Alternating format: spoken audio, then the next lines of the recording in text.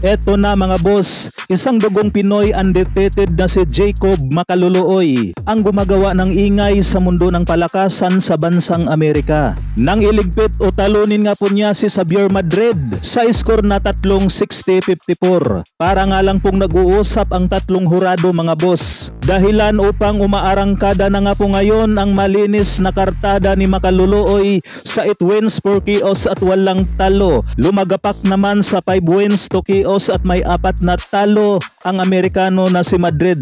Samantala dating wrestler dating iniligpit ni Cuadro Alas Casimero na si Amnat Ruinrong. Matapos nga po ang 2 taon nitong pamamahinga sa mundo ng suntukan.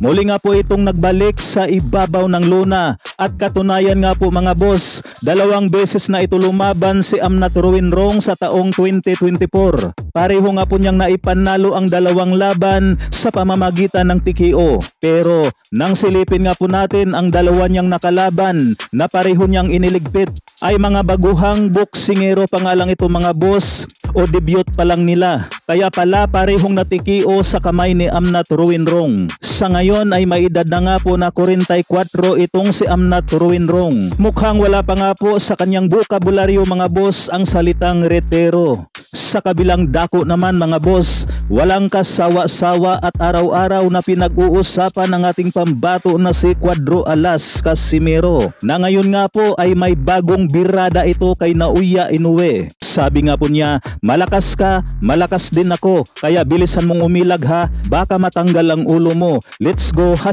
#Bumbalahos. Habang ito naman ngayon ang good news para kay Cuadro Alas Casimero, na sinasabi nga po ng mga iilan mga boss na walang laban si Cuadro Alas. Pero umaarangkada nga po ngayon itong si Cuadro Alas sa bagong nilabas ng update ng WBO Super Bantamweight Rankings. Nasa number 3 na nga po ngayon si Cuadro Alas mga boss. Habang bad news naman para sa isa pa nating pambato na si Remart Gaballo, na mula nga po ito sa pagiging WBO Bantamweight Mandatory ay lumagapak na nga po itong si Remart Gaballo sa rank number 10. Dahil po yan mga boss sa first round knockout mula sa Mexican na si Kinbon Torres.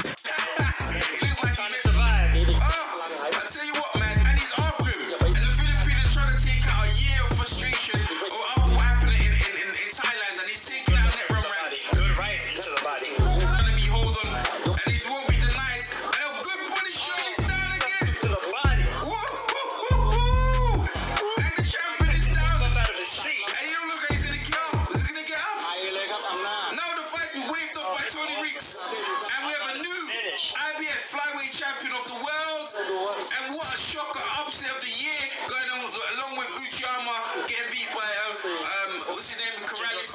Joe Corrales. Oh my